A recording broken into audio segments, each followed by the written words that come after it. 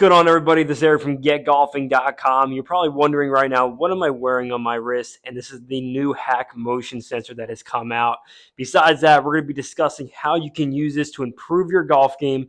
Also, grip and wrist matchups. That is the discussion of today's video.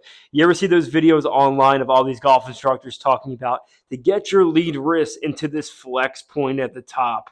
This is good for some golfers. However, by doing this move, you can actually be doing yourself a disservice and move your golf swing 2 steps backwards instead of progressing 1 step forward if you do not have the correct grip to match this up. Okay, so let's get started with a weak grip. That is when both of the thumbs are going more down the middle of the grip like this, and the V's are pointing more towards our sternum.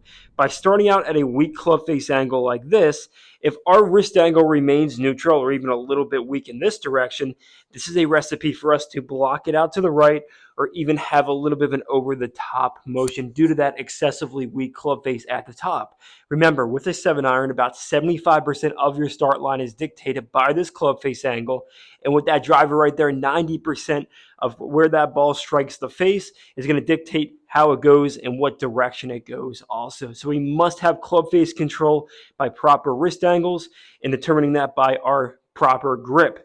So weak grip means for more lead wrist flexion, getting to that Brooks Koepka, Dustin Johnson, Colin Morikawa look of a bit of a stronger backswing position like this.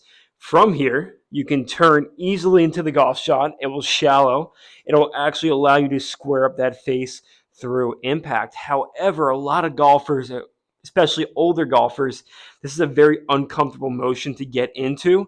If you're a person who can just not get the mobility of the wrist like that, then you need a stronger grip so that you don't have to rely on that lead wrist flexion as much. If you're going to change your grip to a little bit stronger, where this hand is going to move a little bit more on top of the club, with the trail hand being a little bit more underneath, then you must understand that you're already in a strong position.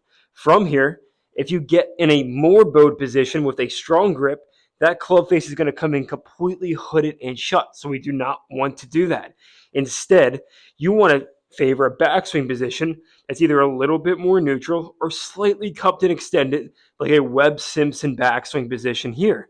That way, when you turn with this wrist angle, it'll square up perfectly. So again, we're trying to balance what our grip strength is in accordance to what backswing position and wrist flexion or extension we need to deliver that club as neutral as possible through the impact zone to give you that proper consistency. There you have it, everybody. That is the relationship between your grip strength and the proper wrist matchup that you should be having in your golf swing.